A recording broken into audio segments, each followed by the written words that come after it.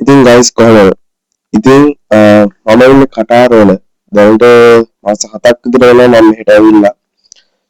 ඉතින් මම ලංකාවේ ඉන්නකොට මගේ YouTube channel එකේ ඒ වගේම TikTok, Facebook මේ හැම එකකින්ම දැම්මේ මගේ traveling videos ඒ වගේම මගේ cinematic videos. මම අද කතා කරන්න යන්නේ කටාරවල මේ කටාර ගැන. ගොඩක් කට්ටිය මගෙන් අහලා තිබ්බා කටාර කොහොමද? කටාරවල මේ දවස්වල මොකද වෙන්නේ? කටාර වලට එන්නේ කොහොමද? ජොබ් හොයාගන්නේ කොහොමද? විසිට් එකක් එනවා නම් කොහොමද? ඒ වගේ දේවල්. ඉතින් හරි මම කොතනින්ද පටන් ගන්නෙ? හරි මම මෙතනින් පටන් ගන්නම්. කටාර වලට එනවා නම් ඕගොල්ලන් මුහුණ දෙන්න වෙන ඍතු දෙකක් තියෙනවා. ඒක සීතල කාලයයි රස්නේ කාලයයි. සීතල කාලය කියන්නේ සාමාන්‍යයෙන් මගේ එක්ස්පීරියන්ස් එක අනුව සාමාන්‍යයෙන් නොවැම්බර් දෙසැම්බර් ජනවාරි පෙබරවාරි කියන මාස ටික. එතකොට අප්‍රේල් වලින් පස්සේ ඕගොල්ලන්ට රස්නේ කාලයක් තමයි බලා ගන්න පුළුවන්. ඉතින් සාමාන්‍යයෙන් රස්නේ කාලෙට සෙල්සියස් අංශක 45ට වගේ උෂ්ණත්වය යනවා. සාමාන්‍යයෙන් සීතල කාලෙට සෙල්සියස් අංශක 10ට වගේ යනවා සීතල. ඉතින් ඔයගොල්ලන් මම නම් හිතන්නේ ට්‍රැවල් කරන්න එනවා නම් ගොඩාක් එන්න හොඳ නොවැම්බර් දෙසැම්බර් ජනවාරි පෙබරවාරි අන්නේ මාස ටික තමයි ගොඩක් රෙස්ටොරන්ට් හොටෙල්ස් උත් බිසි වෙන්නේ මොකද ගොඩක් ගෙස්ලා එනවා ඒ කාලෙට එතකොට මැද වෙද්දි මෙහෙ ඉන්න ගොඩාක් ඒ කියන්නේ පිලිපීන් බංග්ලාදේශ් එතකොට නේපාල් ශ්‍රී ලංකා ගොඩාක් යනවා වැකේෂන් මේ කියන්නේ කටාරි ඉස්ලා පවා යනවා වෙන වෙන කන්ට්‍රීස් වලට මොකද රස්නේ කාලෙට මෙහි ගොඩක් ඉන්න අමාරුයි AC දාගෙන හිටියත් මේ ගොඩක් ගෙවල් වල AC තියෙනවා මේ අවුට්ඩෝර් AC පවා තියෙනවා මොකද රස්නේ කාලෙට එළිය වැඩ කරගන්න අමාරුයි ඒක හින්දා අවුට්ඩෝර් AC හයි කරලා තියෙන්නේ ඉතින් කටාර් ගැන කිව්වොත් මේ මාස 7ට මට ලොකු එක්ස්පීරියන්ස් එකක් හම්බුණා මේ ට්‍රැවල් කරන්න ගොඩාක් තැන් තියෙනවා කටාරා හිල්ස් පාක් එතකොට දෝහා ඕල්ඩ් පෝර්ට් එතනින් ගත්තාම විලාජියෝ මෝල් ඒ වගේ ගොඩාක් තැන් තියෙනවා හරිද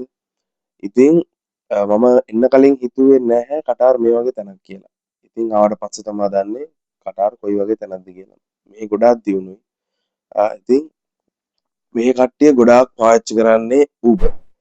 Uber වලින් තමයි එහාට මෙහාට යන්නේ. ඉතින් ඒ වගේම මේ පොදු ප්‍රවාහන සේවයක් තියෙනවා. ඒකට අපිට තියෙනවා කාඩ් එකක් ගන්න.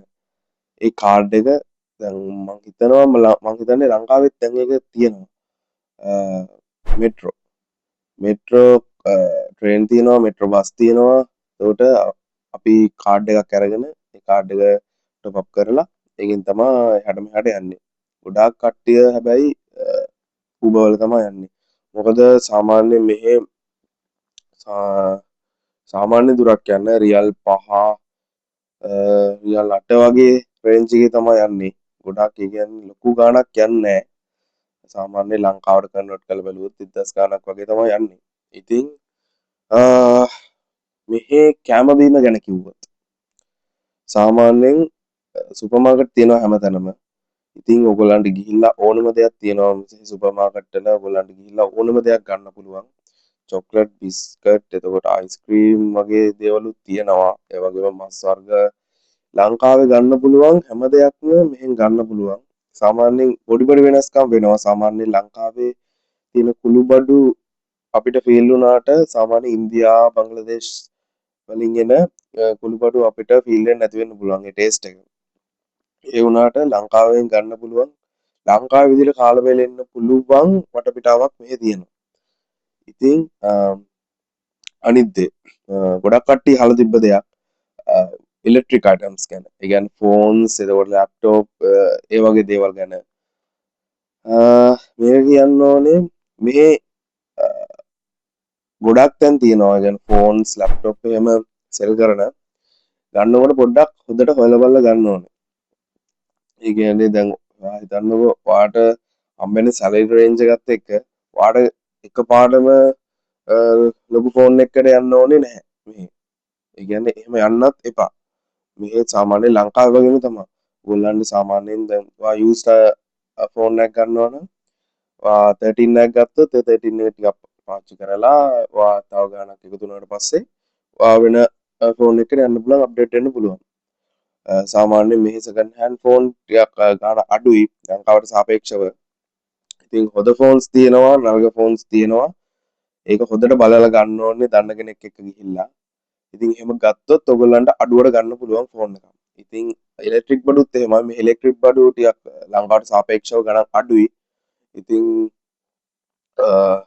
අනිත් දේවල් ගැන ගත්තොත් ලැප්ටොප් සේම් ප්‍රයිස් තමයි. ඒ කියන්නේ බ්‍රෑන්ඩ් නිව් යන්නේ ලංකාව මෙහි සේම් ප්‍රයිස් තමයි යන්නේ. සෙකන්ඩ් හෑන්ඩ් මාකට් එක පොඩ්ඩක් අඩුතර අඩු වෙනවා.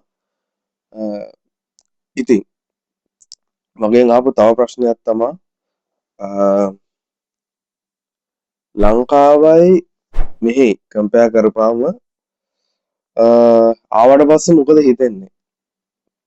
ඉතින් ආවට පස්සේ ඇත්තරම මුල් දවස්වල නම් මට මාර විදිහට අවුල්. මොකද ලංකාවේ දැන් හිතන්න ලංකාවේ ඉන්නේ මම ගමක. මම ඉන්නේ නුවර. නුවර කියන්නේ ගස් කොළන් වලින් පිරුණු කදු වලින් පිරුණු සීතල පරිසරයක් තියෙන වෙනම තැනක්. ඉතින් මම ඒ සීතල පරිසරයේ මම ඒ සීතල පරිසරයෙන් මේ වගේ රස්නේ පරිසරයකට ආපුවාම ඇත්තටම මුලදී අමාරුයි. හැබැයි මගේ එක වාසනාවක්ද දන්නේ නැහැ. මම ආවේ සීතල කාලේ. ඒ කියන්නේ නොවැම්බර් වගේ ඔක්තෝබර් නොවැම්බර් ඒ කාලේ තමයි ආවේ. එතකොට ලොකු රස්නයක් නැහැ සීතල. දැන් මේ කාලේ තමයි රස්න කාලේ පටන් ගන්න. මේ මගේ පළවෙනි රස්න කාලේ ආරම්භය. ඉතින් ආව ගමන් ඉතින් ඇත්තටම අමාරුයි. ඒ කියන්නේ ආසාවකුත් තිබ්බා. ඒ කියන්නේ මේ කල්චර් එක ගැන ඉගෙන ගන්න, මේ ට්‍රැවල් කරන්න මුලදී ඒ ගොඩාක් තැන් වලට ඒ කියන්නේ සමහර දවස් වලට වැඩ කරලා ඇවිල්ලා 11ට වැඩ ඉවර වෙනවා නම් ආයෙ ඇවිල්ලා මගේ යාළුවෙක් එක්ක එහෙම යනවා. එතකොට එන්නේ පාන්දර 5ට ඒ වගේ දවසුත් තිබ්බා. මොකද අර ට්‍රැවල් කරන්න තියෙන ආසාව කියන්නේ අපිට මට මේක අලුත් දෙයක්. ඒකින් මට ඒක ලොකු ආසාවක් තිබ්බා. එහෙම ගිහිල්ලා ඒ දවස් ටිකේ හැමතැනම ඇවිද්දා. ඊට පස්සේ මේ කාලේ පටන් ගත්තට පස්සේ ගොඩක් පොඩ්ඩක් ෆ්‍රී වුණා මම. මට නිදහස හම්බ වුණා. එතකොට මම ඇවිදින්න ගත්තා. ඩේ ටයිම් එකේ. ගොඩක් නයිට් ටයිම් තමයි ඇවිද්දේ. මේ ඩේ ටයිම් එකේ ඇවිදිනවා කියන්නේ පොඩ්ඩක් අමාරුයි අර මව්වත් එක්ක. ඉතින් මම දාන්නම් මෙතන යටින් මම ගිහපු ප්ලේසස් ටික මම ටිකක් දාන්නම්. ඉතින් මගේ TikTok FB එකට ගියොත් ඔයගලන්ට දාලා ගන්න පුළුවන් ඒ තැන්වල තියෙන ලස්සන ෆුටේජස් ඒ වගේම වීඩියෝස්. ඉතින් මම ඒකේ ෂෝට් කන්ටෙන්ට් ටිකක් දාලා දිනවා. මම YouTube එකට පළවෙනි වීඩියෝ එක මං හිතන්නේ පටාරණ ඉඳලා දාන පළවෙනි වීඩියෝ එක. Oh my god.